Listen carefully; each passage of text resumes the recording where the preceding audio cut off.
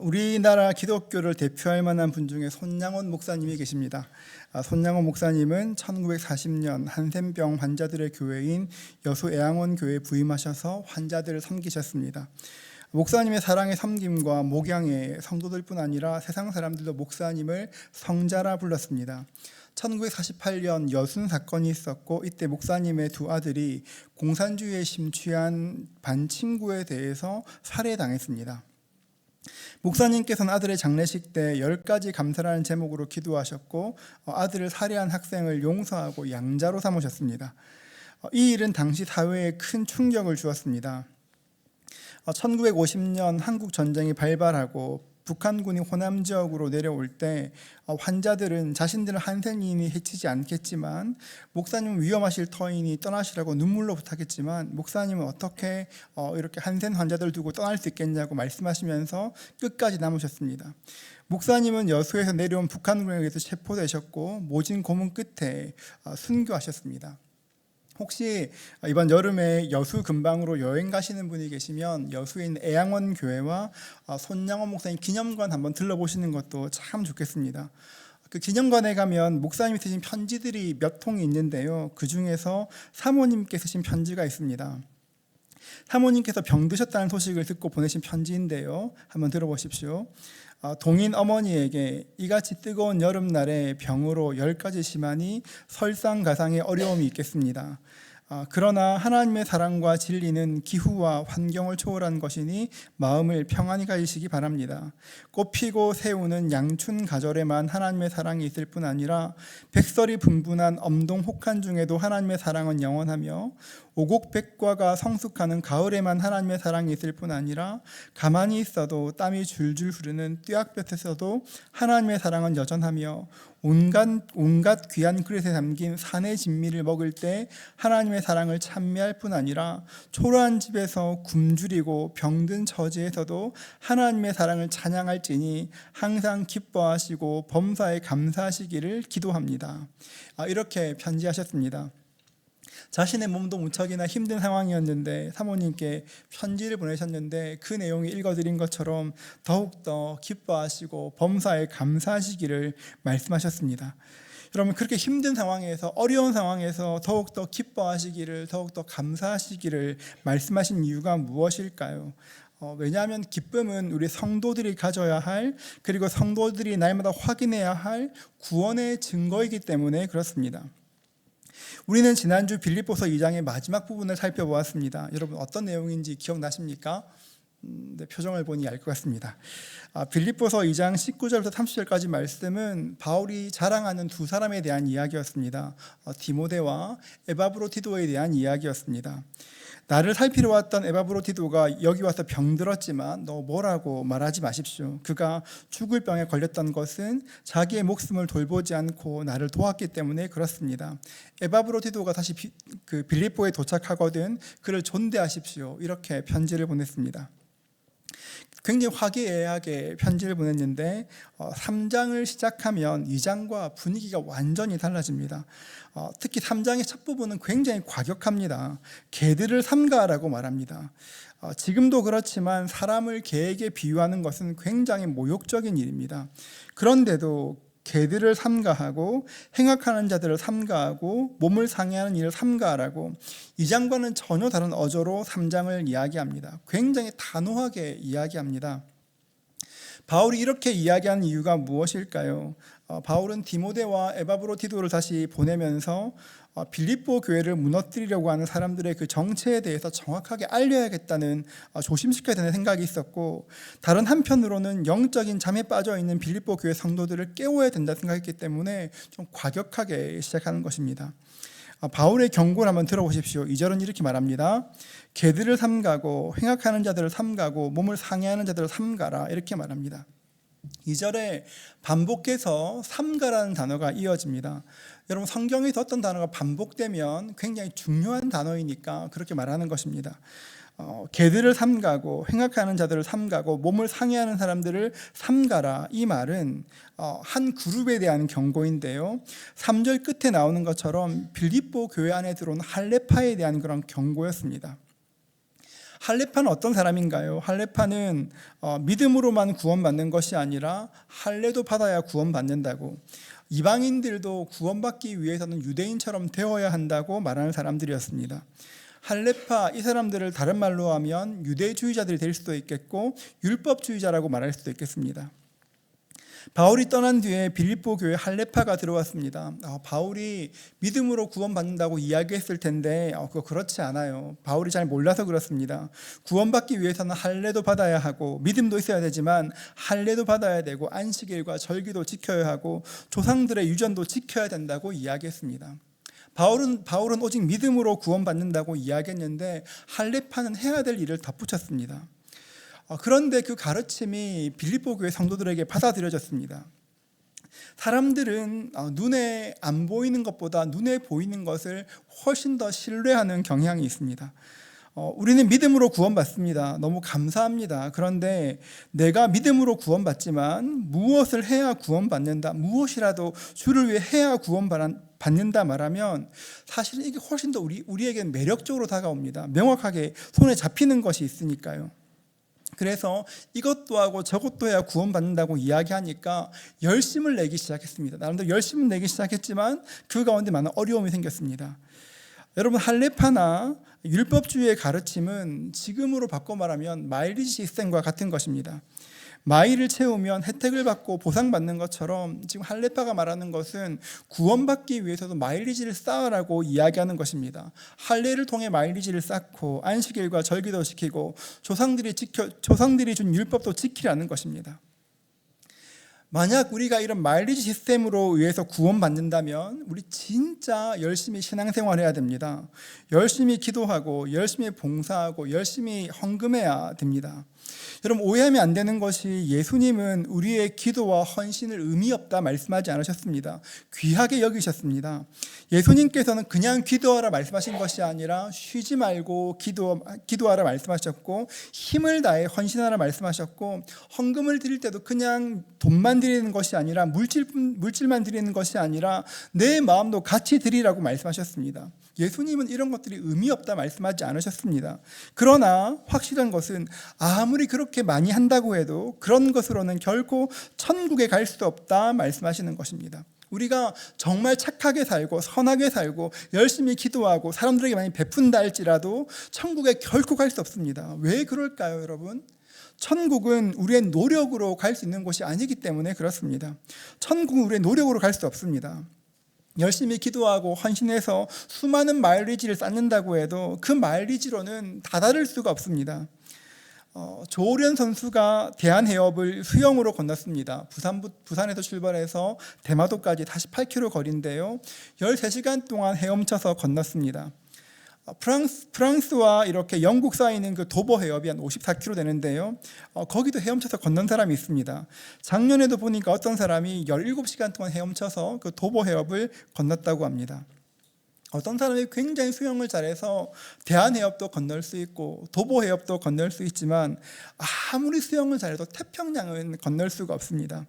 비행기를 타고도 몇 시간 날아야 되는 그곳을 어떻게 수영해서 건널 수가 있겠습니까? 불가능한 이야기입니다.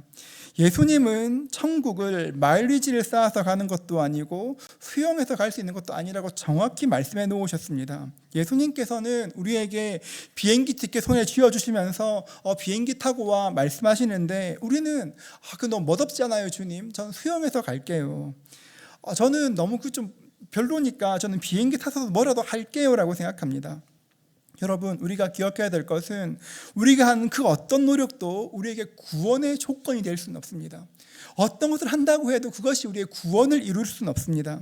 에베소서 2장 8절은 이렇게 말합니다. 우리 같이 한번 읽어볼까요? 함께 읽습니다. 너희는 그 은혜에 의하여 믿음으로 말미암아 구원을 받았으니 이것은 너희에게서 난 것이 아니요 하나님의 선물이라. 우리는 은혜에 의해서 구원받았고 믿음으로 구원받았고 그 구원은 하나님의 선물이라 말씀하십니다. 하나님이 공짜로 거저 주셨습니다. 그런데 사람들은 공짜로 주는 천국 별로 안 좋아합니다. 거저 주는 천국 싫다고 합니다. 믿기만 하면 모두에게 준다고 하니까 가치 없다고 생각하고 매력 없다고 생각합니다. 천국 별것 아닌 것처럼 생각합니다. 많이 배운 사람일수록, 자기가 대단하다고 생각하는 사람일수록 복음을 잘 받아들이지를 못합니다. 예수님께서는 석가모니처럼 왕족으로 이 땅에 오신 것도 아닙니다. 물론 다윗의 자손이셨지만 굉장히 초라하게 태어나셨습니다. 예수님은 가장 낮은 신분으로 오셨기 때문에 가난하고 소외되고 불쌍한 사람들에게 다가설 수 있었고, 그런 사람들도 아무 거리낌 없이 누구든지 주 앞에 나올 수 있게 되었습니다. 참 감사한 것은 예수님은 모든 사람에게 차별 없는 천국을 주시기 위해서 차별이 당연한 이 땅 가운데 오셔서 그 모든 것들을 감당하신 것입니다. 그리고 예수님께 이 땅에 오셔서 우리를 구원하시기 위해서 십자가에 달려 돌아가셨습니다. 십자가형은 당시 가장 비참한 형벌이고 가장 무거운 형벌이었습니다. 십자가는 몸만 죽이는 것이 아니라 사람의 정신도 무너뜨리는 무서운 형벌이었습니다. 예수님께서는 그렇게 처참하게 돌아가셨습니다. 예수님께서 그렇게 돌아가시고 나니까 유대인들은 더욱더 하나님이 어떻게 저렇게 죽을 수가 있어, 나는 못 믿지 않았습니다. 사람들은 그렇게 예수를 믿지 못합니다. 예수님께서는 구원을 거저 주시는 것이라 말씀하십니다. 공짜라고 말씀하십니다. 하지만 예수님 편에서 보면 그 구원은 공짜가 아니라 자기 목숨으로 값을 지불하시고 우리에게 주시는 선물입니다. 유대인들이 사실을 믿건 간에 안 믿건 간에, 세상 사람들이 이 사실을 믿건 안 믿건 간에 십자가의 사건은 스스로를 구원할 수 없는 인간의 문제를 해결하시기 위해서 하나님께서 직접 죄의 저주를 짊어지신 사건이었습니다. 그리고 이것은 역사적인 사건입니다.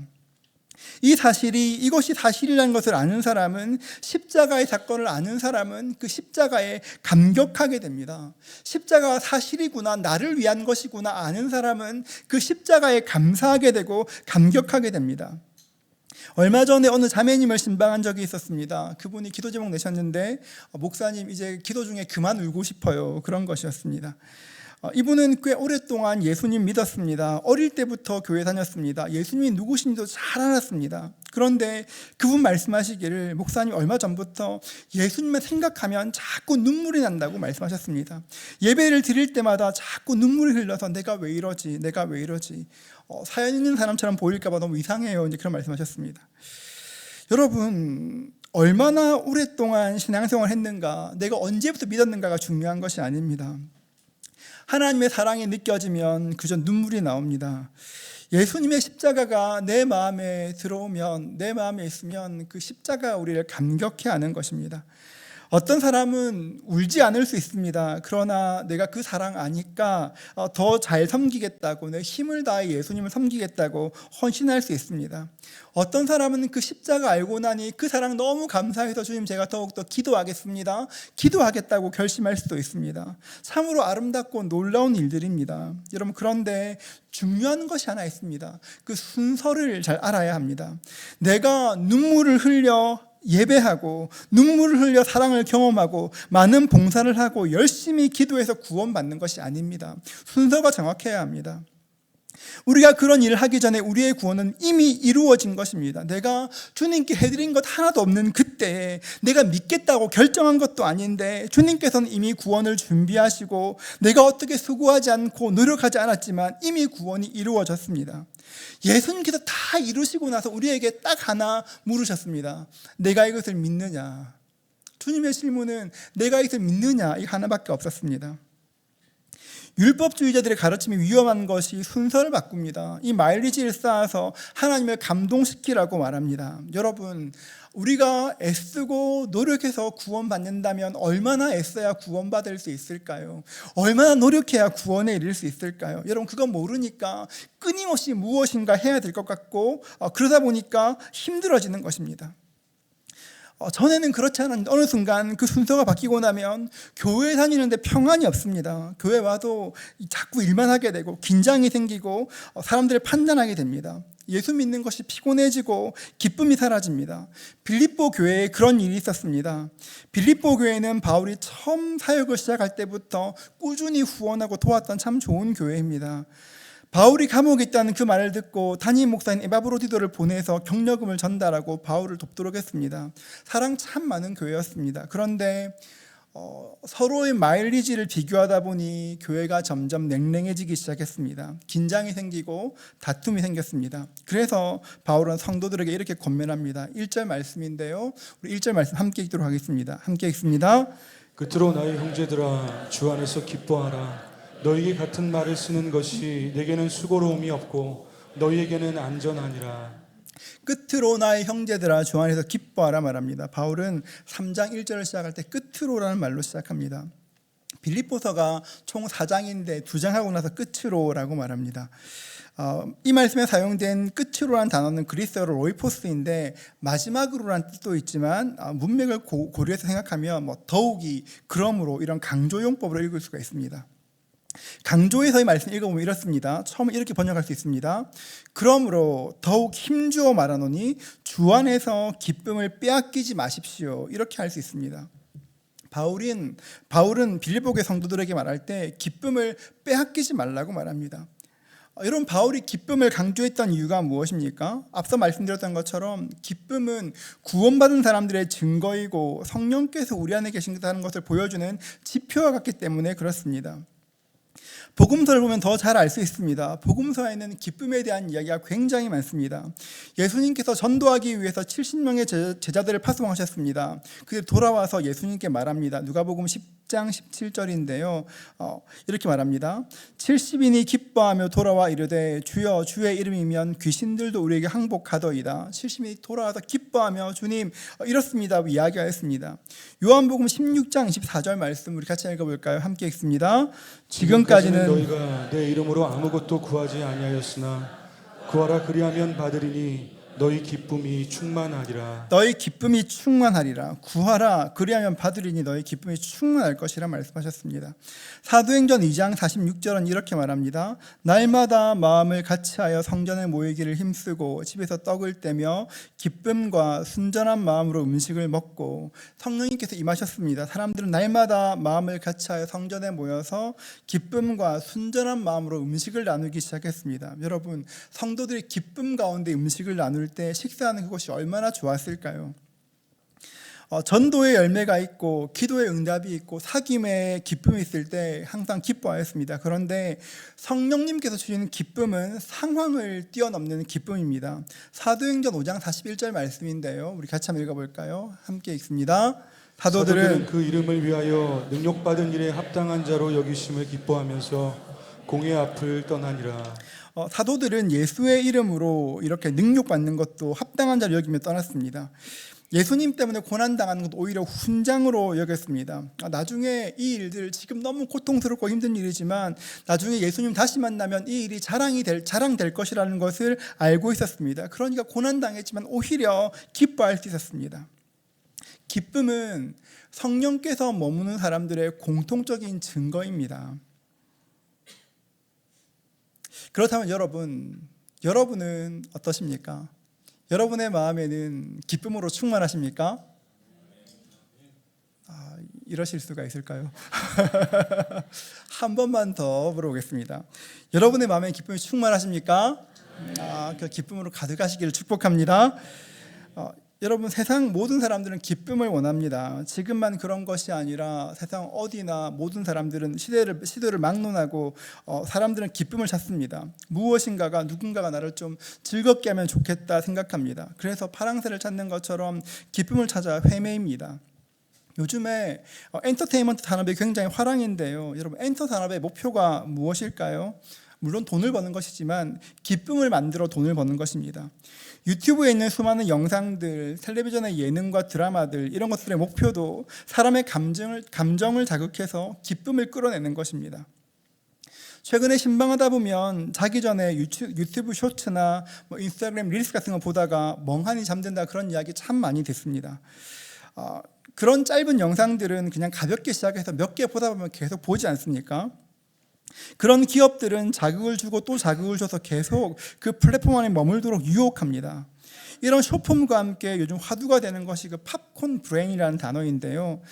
미국 워싱턴대 정보대학원 데이비드 레비 교수가 만든 용어인데 감정적으로 즉각적이고 자극적인 영상에 노출되면 뇌의 전두엽이 반응하는데 반복 노출될수록 내성이 생겨서 일상생활에 흥미를 잃고 팝콘이 터지는 것처럼 더 큰 자극만을 추구하는 증상이 생기는 것을 팝콘 브레인이라고 말한다고 합니다.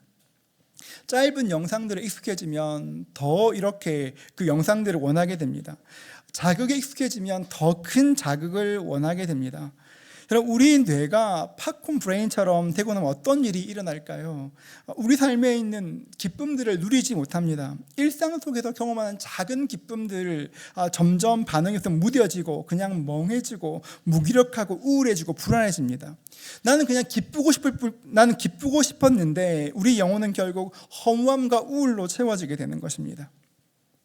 오늘 말씀에서 바울은 기뻐하라 말합니다. 여러분, 기뻐하라 말합니다. 여러분, 이 기쁨은 무엇일까요? 지금 바울이 말하는 기쁨은 감정적으로서의 기쁨만을 말하는 것이 아닙니다. 주님께서 말씀하시는 기쁨은 보다 근원적인 기쁨을 말하는 것입니다. 피조물인 우리가 하나님을 만나고 그 안에서 그 영광으로 기뻐하는 것입니다. 여러분, 이 기쁨은 세상이 주는 것과 다른 기쁨입니다. 우리의 말초를 자극하고 잠시 뒤에 허무함만 남는 기쁨이 아니라 차원 높은 고상한 기쁨을 이야기하는 것입니다. 여러분, 저는 세상에 있는 기쁨들이 다 저급하다 말하는 것이 아닙니다. 세상에도 하나님께서 허락하신 놀라운 기쁨들이 가득합니다. 그런데 예수 안에 있는 기쁨은 차원이 다른 기쁨이고 존재론적인 기쁨입니다. 우리 1절 말씀 한 번 더 읽겠습니다. 한 번 더 같이 읽습니다. 끝으로 나의 형제들아, 주 안에서 기뻐하라. 너희에게 같은 말을 쓰는 것이 내게는 수고로움이 없고 너희에게는 안전하니라. 바울은 주 안에서 기뻐하라고 말합니다. 여러분, 바울이 원하는 기쁨은 그냥 내 마음이 좋고 즐겁고 한 것이 아니라 주 안에서 기뻐하는 것입니다. 주 안에서 기뻐한다는 것은 성령 안에서 교제하며 그분의 존재 가운데 기뻐하게 되는 것입니다.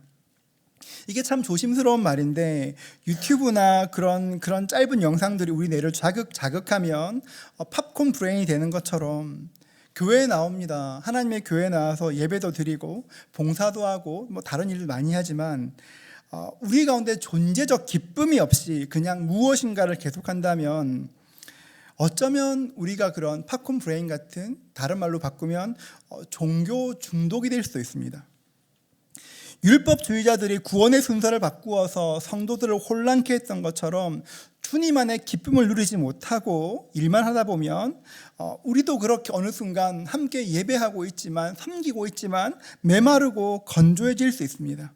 그렇기 때문에 우리가 늘 돌아보아야 되는 것은 우리 마음이 어떤지를 늘 돌아볼 수 있어야 합니다. 우리 영이 어떤지를 돌아보아야 하는 것입니다.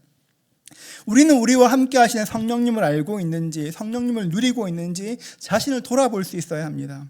예수님께서 십자가를 지시기 전에 제자들에게, 아니 우리들에게 말씀하셨습니다. 요한복음 16장 7절인데요. 우리 같이 읽습니다. 그러나 내가 너희에게 실상을 말하노니 내가 떠나가는 것이 너희에게 유익이라. 내가 떠나가지 아니하면 보혜사가 너희에게로 오시지 아니할 것이요 가면 내가 그를 너희에게로 보내리니.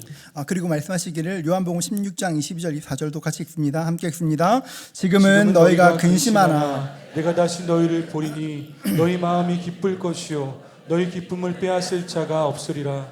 그날에는 너희가 아무것도 내게 묻지 아니하리라. 내가 진실로 너희에게 이르노니 너희가 무엇이든지 아버지께 구하는 것을 내 이름으로 주시리라. 지금까지는 너희가 내 이름으로 아무것도 구하지 아니하였으나 구하라, 그리하면 받으리니 너희 기쁨이 충만하리라. 아멘.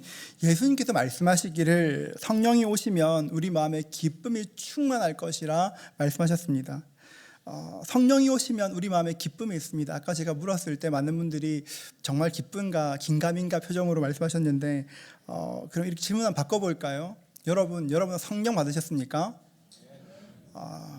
이렇게 확신 없는 한 번만 더, 여러분 성령 받으셨습니까? 여러분, 이게 그러면 여러분 성령 받으신 거 어떻게 알 수 있습니까? 여러분에게 성령 있는 거 어떻게 알 수 있습니까? 여러분이 어떤 찌릿찌릿한 느낌이 있거나 아니면 방언하거나 예언하거나 특별한 은사가 있어야 성령 받은 것입니까? 그렇지 않습니다, 여러분. 고린도전서 12장 3절은 이렇게 말합니다.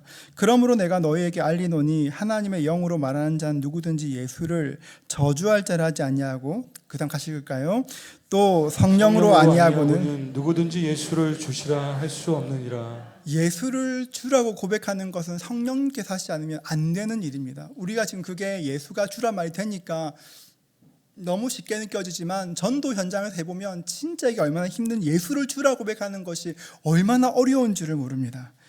여러분, 우리가 예수님을 주님이라 고백하는 그 이유가 있다면 내 안에 성령께서 계시기 때문에 할 수 있는 것입니다.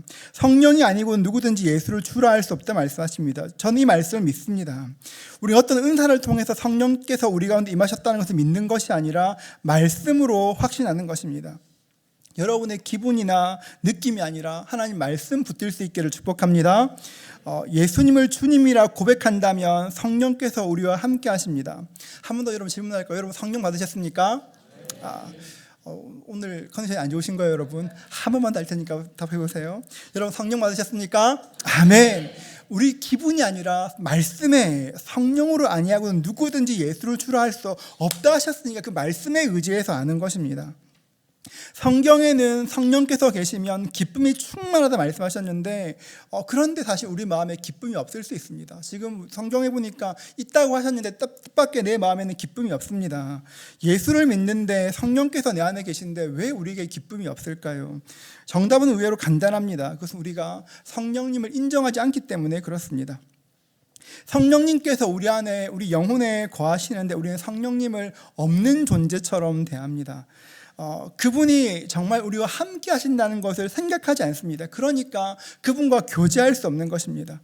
성령께서 나와 함께 하시는데 그분을 인식하지 않으니까 알 수도 없고 그 기쁨을 누릴 수 없는 것입니다. 그렇기 때문에 우리가 해야 될 일이 있다면 날마다 그분을 환영하며 인정하고 모셔드리고 내 삶 가운데 그분을 환영하는 일이 있어야 되는 것입니다. 성령님은 에너지나 기운이 아니라 인격이십니다. 여러분, 인격은 인격으로 돼야 됩니다. 인격이신 그분께 인격으로 다가가야 하는 것입니다. 제가 이번 설교를 준비하면서 주님께서 계속 붙들게 하신 말씀이 있었습니다. 에베소서 4장 30절 말씀인데요. 하나님의 성령을 근심하게 하지 말라. 그 안에서 너희가 구원의 날까지 인치심을 받았느니라. 제가 이번 한 주 동안 이 말씀 계속 붙들고 기도했었습니다. 하나님의 성령을 근심케 하지 말라. 이번 한 주 동안 이 말씀이 떠나질 않았습니다. 말씀으로 계속 제 마음을 돌아보았습니다. 나는 성령님을 인격으로 대하고 있는가? 나는 성령님을 근심케 한 것이 없는가? 우리 교회가 지금 성령님을 근심케 하는 일이 없는가? 계속 돌아보며 기도하였습니다. 여러분, 성령님께서 우리 안에 계시고 우리를 지키시고 우리를 인도하심에도 불구하고 우리가 성령님을 인정하지 않으면, 존중치 않으면 그 자체가 성령을 근심케 하는 일이 되는 것입니다. 저는 여러분의 삶에 성령님을 존중하는 그 은혜가 있기를 축복합니다. 여러분, 이것들을 기대하셔야 합니다. 베닌 목사님이 쓰신 안녕하세요 성령님이라는 책이 있습니다. 저는 이 목사님이 그런 신학적 의견에 다 동의하진 않지만 이분이 처음으로 성령님과 교제하신 그 내용은 우리에게 큰 도움이 된다고 생각합니다. 베닌 목사님은 캐드린 쿨만 여사의 집회에서 성령님께서 계시다는 것을 처음으로 알게 되었습니다. 집으로 돌아와서 이렇게 기도하였습니다. 책을 읽어드리겠습니다. 성령님, 제가 어제 성령님에 대해 배웠지만 저는 당신에 대해 모르는 것이 너무 많습니다. 제가 당신을 만날 수 있을까요? 정말로 당신을 만날 수 있을까요? 이렇게 기도하면서 이렇게 기도하는 것이 옳은 것인지 생각하였다.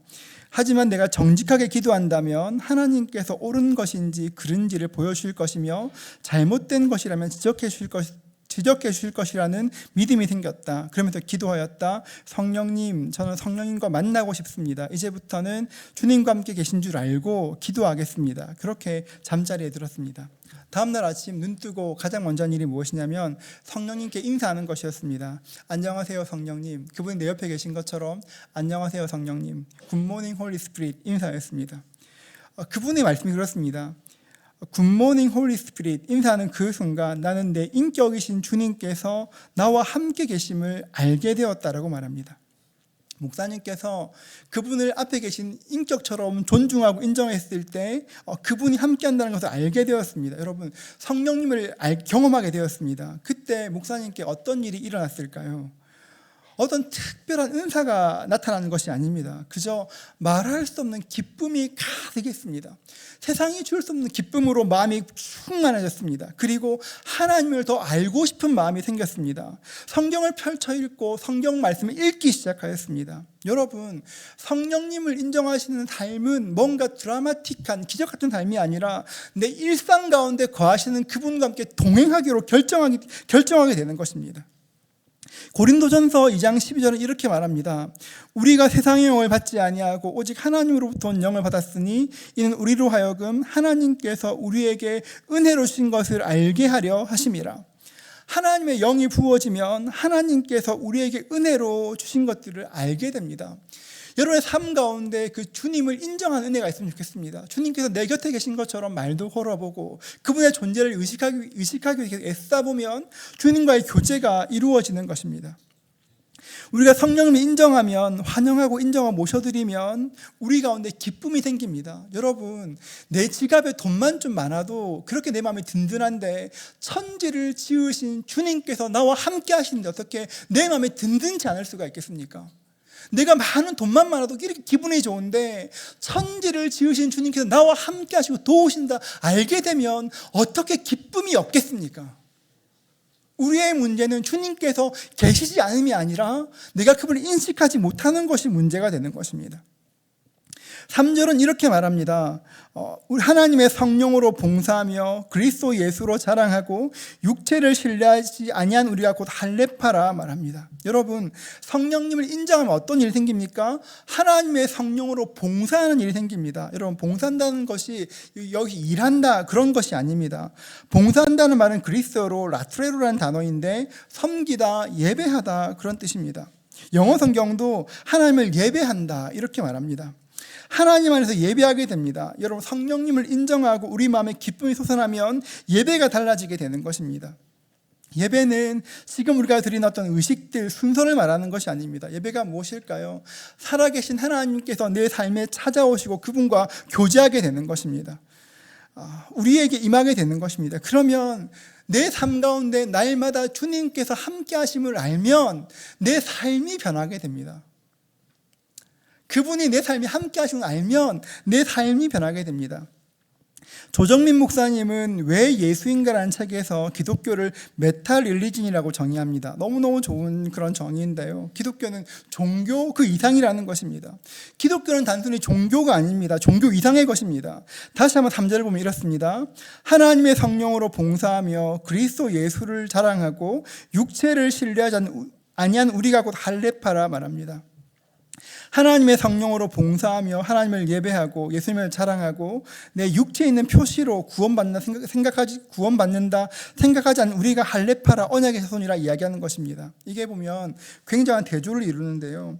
할례당이 주장하는 것들은 모두가 다 종교적인 것들입니다. 할례 받아야 돼, 안식일 지켜야 돼, 절기를 지켜야 돼, 모든 것들이 굉장히 종교적인 것들입니다. 그런데 바울이 지금 말하는 것들, 성령으로 봉사하며 하나님을 예배하고 예수를 자랑하고 육체를 신뢰하지 않는 것들은 종교적인 것이 아니라 내 삶 가운데 예수님을 점점 닮아가는 것입니다. 성령께서 임하시면 어떤 일이 일어납니까? 우리의 기쁨이 임하고 예수님 닮은 사람으로 변화갑니다. 여러분, 부탁드리는 것이 있습니다. 예수를 오래 믿다 보면 굉장히 종교적인 사람처럼 변할 때가 많습니다. 우리가 어릴 때부터 배워왔으니까, 교회 다녔으니까 굉장히 그런 종교적인 의식에 굉장히 익숙할 수가 있습니다. 여러분, 그런 사람 매력 없습니다. 여러분, 그런 사람 별로 매력 없습니다. 하나님께서 기뻐하시는 것은 어떤 종교적으로 완벽한 사람이 아니라 예수 닮은 사람으로 삶이 변해가는 것입니다.